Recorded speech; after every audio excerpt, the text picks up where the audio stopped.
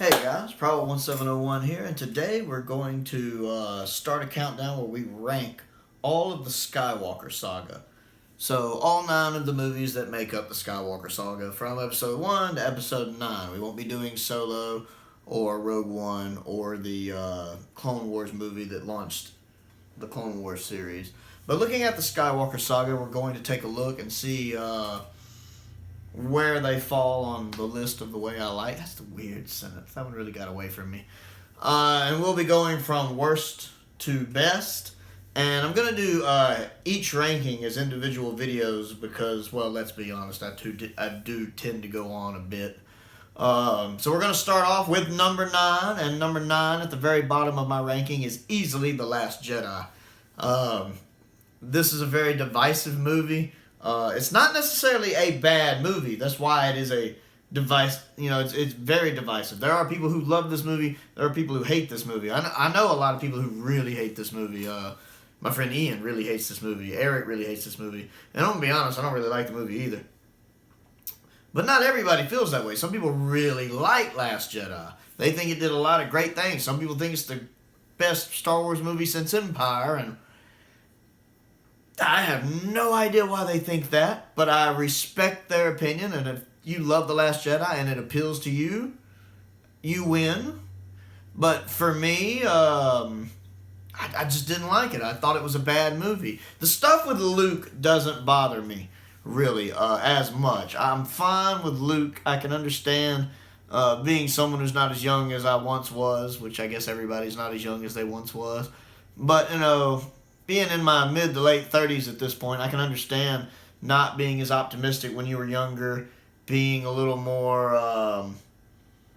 down to earth with the real world and how it can trample on you if you let it. A lot of people, their problems with Luke is, he's Luke. He's this guy who's always full of hope. He never gives up. And I'm like, yeah, but he was also like 18 and 23. 30 years passed. Crap can happen to you. You might be a little more pessimistic. I understand that. I can identify with that, having been through even stuff in my life that, you start to realize the real world works in a way that might not seem as optimistic as you thought it would when you were 18, 19, 20. So the stuff with Luke I never minded. I actually love Luke's scene at the end on Crate when he fights with Kylo, the way that's done, the way that's shot. Mark Hamill's acting. I love Mark Hamill's acting there. I love Adam Driver's acting there. That whole scene is really well done. One of my favorite scenes in Star Wars. It's the rest of the movie I have problems with. All the scenes with Luke I really enjoy. The scene with him and R2-D2 when he's playing that old holographic message from Leia. I love that. That's a beautiful scene and a great chance for those two characters to bond again. It's the rest of the movie. The battle at the beginning I thought was dumb. Poe trolling Hux I thought was dumb. The way Hux was treated I thought was dumb. I really liked Hux in Force Awakens. You really get this person who you get is very dedicated to his cause, very reminiscent of a stereotypical duty-bound German soldier who's not worth a crap, like a Nazi. You really get that, whereas here he's more comic relief and it didn't amuse me, really. I don't like what they did with his character. But the whole trolling with the phone call I didn't like. That was dumb. The attack was weird. The movie just avoids physics, for one. Physics. I get that you're a Star Wars movie, but I would like you to, work by physics. Somebody send Ryan Johnson to a physics class. But the whole thing where the bombs fall straight down in space. I'd like to repeat that because it sounds vaguely important. They drop bombs in space where there's no gravity. I'll let that sink in.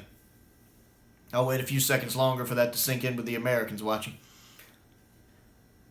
Now don't get me wrong, maybe they had little things on the bombs that propelled them down, something to move them, some kind of external force that made them move. I don't know. Then there's the scene where the lady's Rose's sister, and she's lying there and she's waiting for the thing. She's kicking the thing.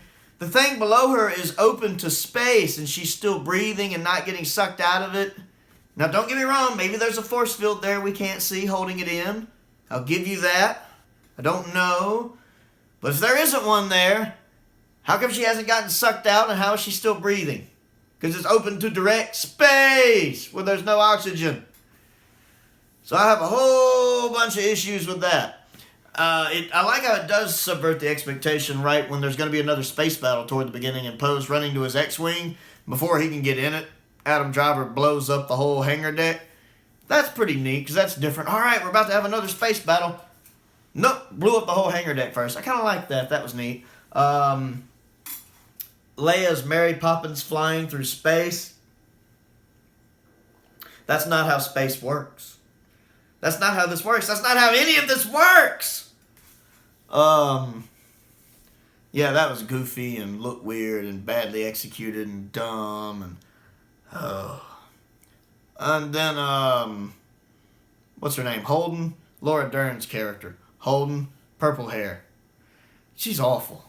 Her whole, I'm sure you've seen other videos where we talk about how dumb her plan is for not telling everybody the plan. That's her plan. Not tell anybody the plan. That's dumb. That's dumb. That's dumb. We never liked this character. We never at all warm up to this character. And then she's the one that sacrifices herself at the end by ramming her ship into the other ships.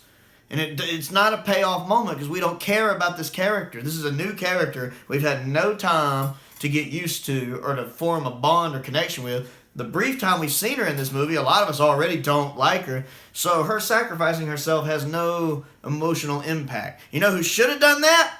Akbar. And somebody's even edited together a video on YouTube, which is really well done, of Akbar being the one that sacrifices himself to ram it in there. And it makes that scene so much more effective. Also, this movie craps all over Akbar. I love me some Admiral Akbar. I do. A lot of fans do. And he's in the movie for like 2 minutes maybe. And then he gets killed, unceremoniously, blown out into space with all the other leaders. And it's such a waste of the character. I mean, it would have been better if they just didn't have him in the movie at all. Having him like that is, oh, look, there's Akbar. Oh, he's dead. It's like that scene in South Park, and it's gone. Oh, look, and they're gone. And there's Akbar, and he's gone. If they had played that scene, even if they'd had Akbar unwilling to give the plan, it might have annoyed us a little bit.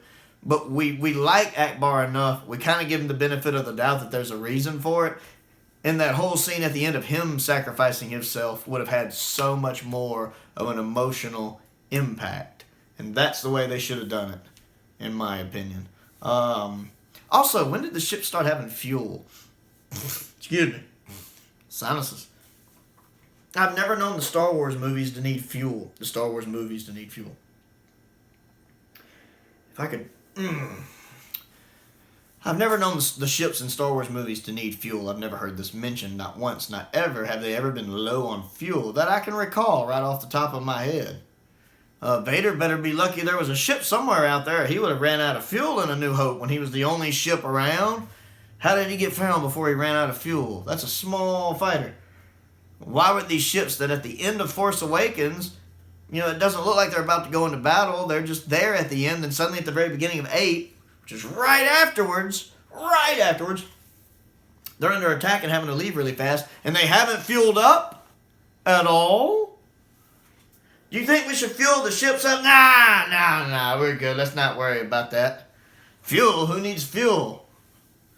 So I don't like the whole thing with fuel. And then the slowest based space battle scene ever when they're slowly following each other like this. They go faster than that in Episode 4. And Episode 4 is a much slower paced movie. Episode 4 is a slower movie. But the ships in the opening crawl, or right past the opening crawl, move faster. And actually looks like there's a lot of action going on. In this movie, it just looks boring. Boring. And you could have done that so much better than the fuel thing. You could have made it to where all the other ships except that one got blown up. It made the jump to light speed, but it got damaged in the fight and only was able to jump to light speed once before the damage, something blew up, something exploded, and they didn't have the replacement parts. So now they're having to travel at sublight because they can't go to light speed because of too much damage to the ship. Then you wouldn't have needed the stupid fuel excuse that came out of nowhere. Good things about this movie. Looks beautiful. The cinematics and the visuals and all the sequel trilogy are really well done. Abrams and Johnson did a great job visually making these movies look good. I will give them that. John Williams' score is always amazing. Always enjoyed that. The score here in episode 8 is no different. The acting is actually done really well. As much as I hate Laura Dern's character, her acting is fine. Carrie's is fine. Everybody's is fine. I love Mark Hamill's as Luke. His acting there is really good. Daisy Ridley does fine. Adam Driver's great. The guy who does Hux, what he has to work with, he's good. It's the story that fails. I think the sequel trilogy is almost the opposite of the prequel trilogies, whereas the prequel trilogy, it has surface level problems with like bad dialogue and the visuals not always matching up while having a great story. The sequels is different. Visually, it looks surface level, it looks stunning. Mostly good dialogue, not always, but usually great visuals. The story's just crap. So yeah, this one's definitely bottom on my list by a wide margin. It's the only one, excuse me, it's the only one of the 9 movies that I would say I hated. I don't despise it like some people. I don't wish physical violence to Rian Johnson or anything like that. I just don't agree with the movie he made. I don't despise it. I don't like it. I'm fine with Rian Johnson doing a Star Wars movie. I just wished he would have done it with new characters. If you took him in another setting in the far future or the far past and had him dealing with new characters, I think he'd do a really good Star Wars movie. I don't like how he wanted to do different things with these established characters, because when you take these established characters that people have grown up with, a lot of us for all of our lives, I've been a Star Wars fan longer than I have living memory, and then you take them in directions that most people wouldn't think to take them, there's going to be some pushback from that. And there was a lot of pushback from that. So yeah, Last Jedi is number 9 on my list. Don't forget to keep watching. We'll have number 8 up next. Don't forget to check out my other channel, Another Sci-Fi Guy, where I review other sci-fi related stuff like Doctor Who, Star Trek, all that fun stuff. And most importantly, thank you for watching.